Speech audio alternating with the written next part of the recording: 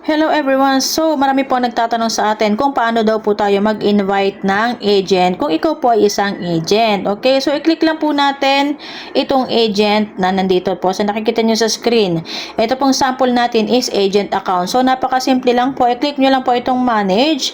And then, i-click nyo lang po itong dito sa my agency, ang invite agent. I-click natin.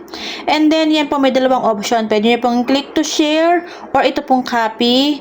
Ayan, pwede po pareho yan. So, pag kinilik nyo ang click to share, syempre po ang lalabas dyan is yung mga applications. Pwede rin po dito sa may more ay may lalabas pa rin po na ibang apps or yung ibang mga names. O pwede nyo po yung i-direct sa kanila. Okay?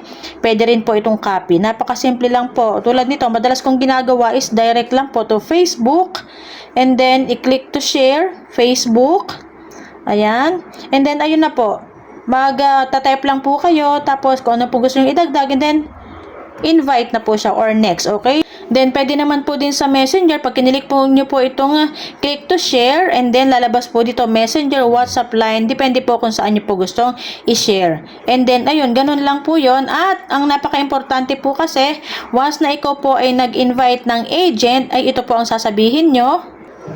So, ayan guys, ito po sasabihin ninyo, kapag po kayo nag-invite ng agent na ay napaka-importante po na ito po dapat may information. Kapag po pinagamit nyo ang links nyo as agent, tulad na nakita nyo sa screen, ang i-click lang po yung invitation link for agent, and then ang ilalagay po sa link ay yun pong POPO ID nila.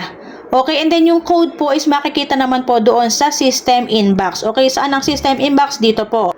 So, ayan, dito po makikita ang system inbox. Ayan po, ayan. I-click po nila yan, and then mayroon po sila makikita doon sa system na magme-message po ang application. Siyempre po, iba ang makikita nyo pag kinilik ko to kasi main account po itong aking sinasample.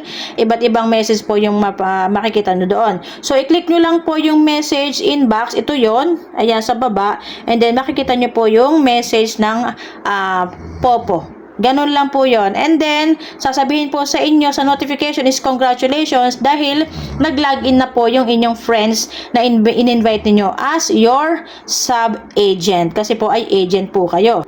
And syempre, kapag po siya ay naka-join na sa inyo, mag-a-add na po yan dito sa inyong my agency. Ibig sabihin po is, yan po ay magkakaroon na po kayo ng additional na sub-agents. Dito po papasok yan sa my agency. Ganyan po yun. Yan nakalagay, invite agent. So, madadagdag na po siya dito sa invite agency ninyo. Ganun lang po siya.